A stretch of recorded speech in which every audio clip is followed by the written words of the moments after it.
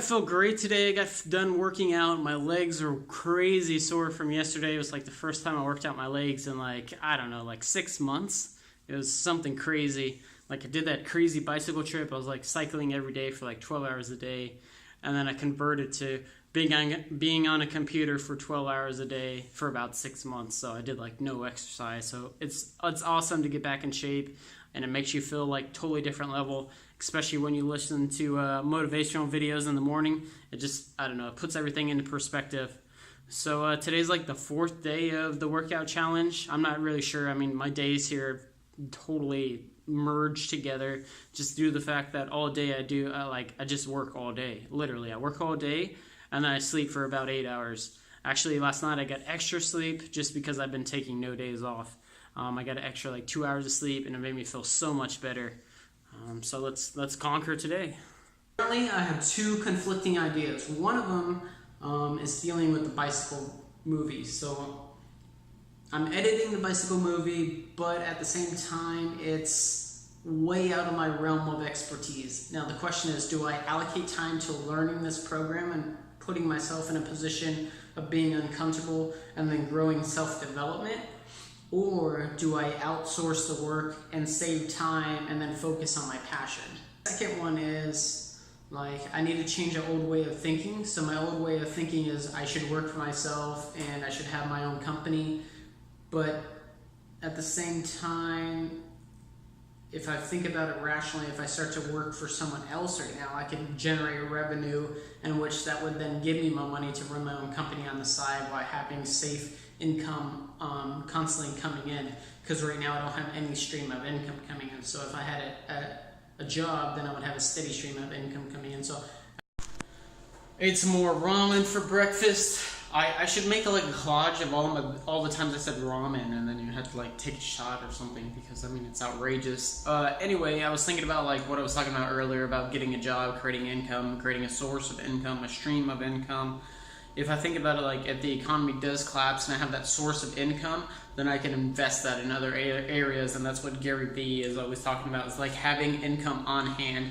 And well, right now, if you're trying to be an entrepreneur and you're trying to start a company with no money, which is almost impossible unless you do like drop shipping and print on demand t-shirts, or you don't even have money to sell ads, like you have no one watching you, it seems kind of pointless in a flooded market. But if I just go get a job, which majority of successful people are not doing, so if I'm fitting to the realm of normal people and just go get a job and then just outperform them, because the majority of them are not into self-development, they're just trying to get by. So if I can get a decent paying job just working for someone else for a little bit and then create some income coming in, and then I can invest it in other places and then start my company and then be able to buy ads and stuff and then be able to outperform everybody else that is just creating stuff like drop shipping or print on demand t-shirts that actually can't pay for ads, then I'll be able to outperform them as well. So that's currently like where my mindset's at and like where I have to go and what I have to do.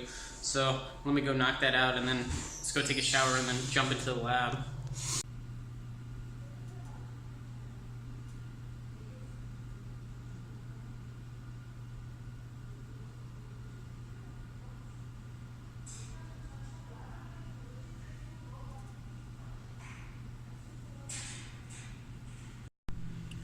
So it's pretty cool, like looking back on the old videos, because I edit every morning. So I'm like, okay, like I don't know, I gain information that I had that day, and I'm like, how could I implement that into my life today? And it reminds me of things that I've thought of, and I'm like, okay, that's like really cool. So anyway, like looking at YouTube videos today, like view count doesn't even matter. I'm like, oh, I got like 5 videos already. Now I can go in those videos and take out the good pieces and then make it highlights, and then I'm actually like, I can create something worth valuable instead of like a boring vlog. But I mean, the vlog's cool too for people who want to watch like how the things develop. So like at first I didn't even have content, I didn't know a direction to go, and then I just started daily vlogging and then like putting stuff out there and then adapting and seeing like what's working, what's not working. And then, I don't know, it's just really interesting how things develop. Like right now I'm going to study like the blue ocean strategy, and I didn't know about that at the beginning. It's something I dabbled on in the past, but I didn't know that much information about it. And then as I progress throughout my life, I'm like, oh, I need to go back and study that again. So I don't know, it's just really strange how things evolve. Anyway, I was thinking about my limiting beliefs right now, and I was thinking about there's two different ways that you think about stuff. Let me pull up my notes real fast.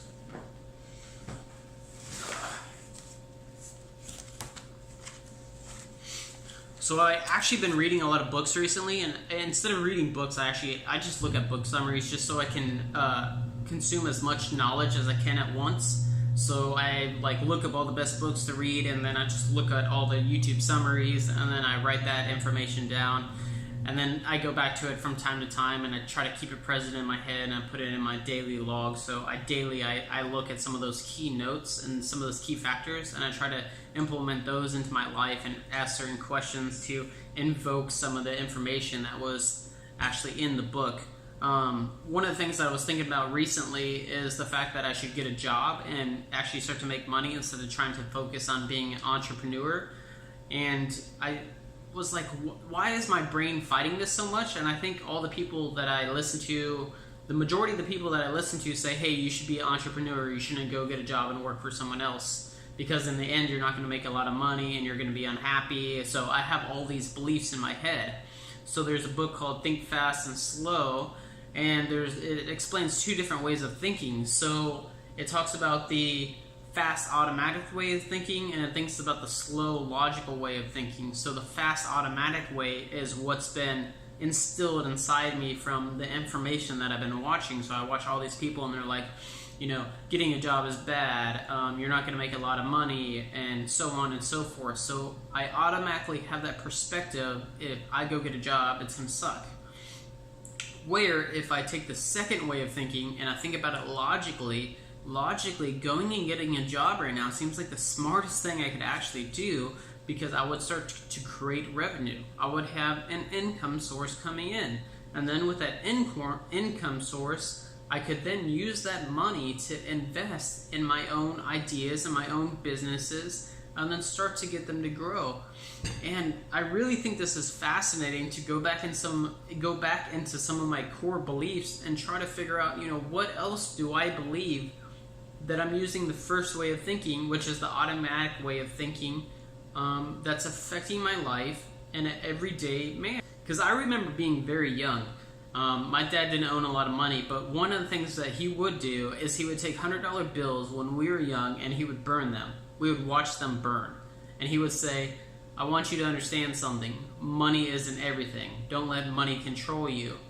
And then another lesson that he taught us was that, he always worked for himself.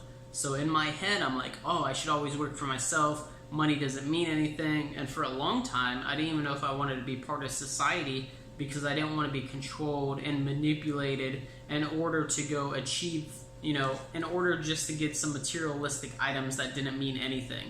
Your standard of living is so much better, and you start to become so much comfortable, and then you can start to focus on things that you enjoy instead of focusing on tasks like getting water and chopping wood.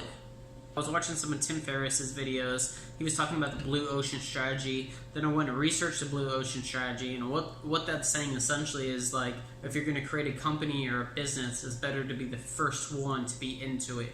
And if you can't be the first one, then, we'll just stay on the first one. So that's my idea now. So I'm dabbling with, what can I be the first on, and what can I personally create that makes me happy or serves my purpose, or quote unquote scratches my own itch. So another thing that I was studying recently is the fact that if I should go with a headhunter or not. So a headhunter is like they're looking for people. They usually work for companies, or they have a relationship with the company, and they hire people to go and fill a job, and they usually make a percentage of that person's income every year. Let me move this slightly because that's driving me crazy. Okay, so what the headhunter does is he finds an employee, and then he takes them, and they get you an interview essentially, and then find out if you're a right fit for a company or not. And usually they have a relationship with the companies. Well, first my brain was like, well, I don't want to work with a headhunter. I don't want them taking a percentage of my money. But then if I reflect back on that and use a second way of thinking again, and I think about that logically I could be, I should think about the positive aspects of that. Like, yeah, they get a small percentage of money, but you know what else they have? They have relationships with these companies. So if they have a relationship with the company, I should be looking at the positive aspect of that, where that could possibly land me a job a lot faster.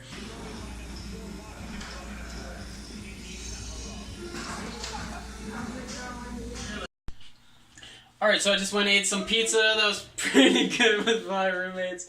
And it was nice because have some good food for once. Not really healthy for you, but some actual food instead of eating some carrots and peanut butter and whatever else. So now I'll do the awkward mirror pose. That way I can show you my gains, which are like no gains for right now, but that's okay. Alright, so I don't have my my tripod right now, but this is what it looks like. So it's getting there. I worked out my legs the other day, so I don't know if there's any difference in my upper body, but I don't know. It is what it is. Stand awkwardly in the mirror and flex while my roommates are in the other room, fiercely touching themselves. It's more sensual.